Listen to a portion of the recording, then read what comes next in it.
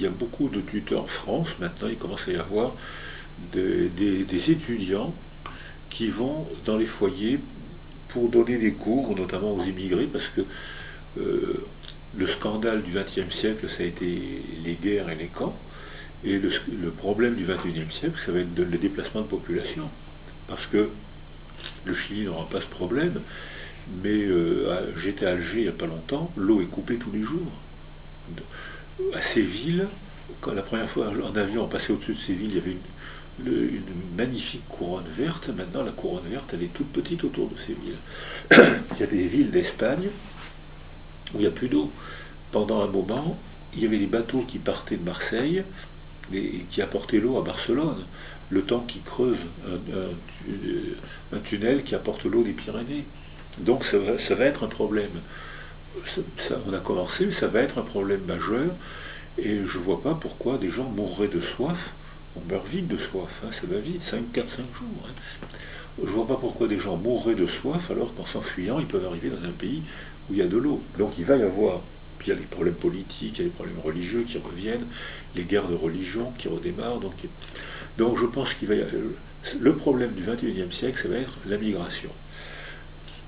J'étais au Canada, il n'y a pas longtemps, où la migration est très importante. Mais les Canadiens, nous en France, à cause de la loi informatique et liberté, on n'a pas trop le droit de demander quelle est votre religion, d'où vous venez. C'est pas bien vu. Alors que moi, je crois que c'est passionnant. Et en revanche, au Canada, ils payent, le gouvernement paye, parce que les populations ne s'intègrent pas de la même manière s'ils sont catholiques, musulmans, s'ils viennent d'Afrique, d'Haïti. Donc ils veulent savoir comment s'intègrent les gens. Et là, ils demandent à des étudiants d'aller alphabétiser les enfants des migrants qui ne parlent pas la langue, qui n'ont pas été à l'école. Et non seulement les enfants font des progrès très rapides grâce à ces tuteurs, qui sont des étudiants, qui sont des lycéens de 15, 16 ans, 20 ans, non seulement les enfants font des progrès rapides, mais les étudiants qui font ça deviennent meilleurs étudiants. Parce qu'ils sont gentils, ils ne mettent pas de notes. Ils ne mettent pas de notes aux enfants, ils expliquent, t'as compris? Oui, non, on va recommencer si t'as pas compris. Ils ne mettent pas de notes, l'enfant est en confiance avec ce grand frère, cette grande sœur, il est en confiance, l'enfant fait des progrès très rapides, et l'étudiant qui fait ça fait des progrès lui aussi pendant ses études. Parce qu'il est motivé, parce que sa vie a un sens. Donc là, on a un exemple de tuteur de résilience, là, qui est fourni par des vieux de 14 à 20 ans.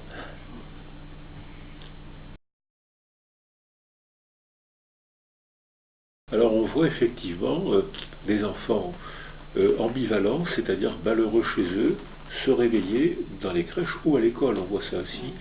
À l'école, on a dirigé un travail où on observait les enfants chez eux évidents, malheureux, inhibés, les mêmes à l'école, chefs de classe, travaillant. Alors là, l'école a une fonction de résilience. C'est-à-dire que là, grâce à l'école, certains enfants s'épanouissent grâce à l'école. Mais ce n'est pas la majorité. Donc ça veut dire que tant que l'école, l'éducation de la petite enfance n'assume pas cette rôle affectif, l'école va continuer à être une source d'inégalité pour les petites. Alors la plasticité du développement et la plasticité de l'intelligence sont telles que ce qu'on dit de la crèche, ce qu'on vient de dire de l'école, on peut le dire de l'université aussi. Et on voit beaucoup d'enfants qui ont été très mauvais élèves à l'école, et ils arrivent à l'université, ils rencontrent des gens, ils ont choisi leur milieu, et hop, ils deviennent excellents élèves en médecine. Il y a plein d'exemples comme ça, d'enfants mauvais à l'école à qui on avait dit mais tu peux pas faire médecine parce qu'il faut travailler en médecine. C'est pas une preuve de grande intelligence, mais c'est une preuve de capacité de travail. Tu peux pas, regarde, t'as pas un bac scientifique, t'as de mauvaises notes, tu peux pas faire médecine, t'as eu ton bac de justesse, ils vont en médecine. Ils se débrouillent très très bien. Il y en a même qui deviennent professeurs, il y en a même qui... Au Chili, Kotlerenko a fait une étude sur les grands noms universitaires chiliens actuellement, et elle a demandé, Katia Kotlerenko, et elle à Santiago, et elle a demandé à voir les carnets scolaires. Et c'était mauvais, ils avaient presque tous été mauvais élèves. Oui, c'est possible. Donc ce que vous dites est vrai pour la crèche, vrai pour l'école, vrai pour l'université. Moi je crois que c'est même vrai toute la vie. D'où le danger de la stigmatisation par les notes et par l'étiquetage. Tu es bête parce que tu as de mauvaises notes. Est-ce que c'est juste à ce moment-là de dire la résilience est possible à tout âge?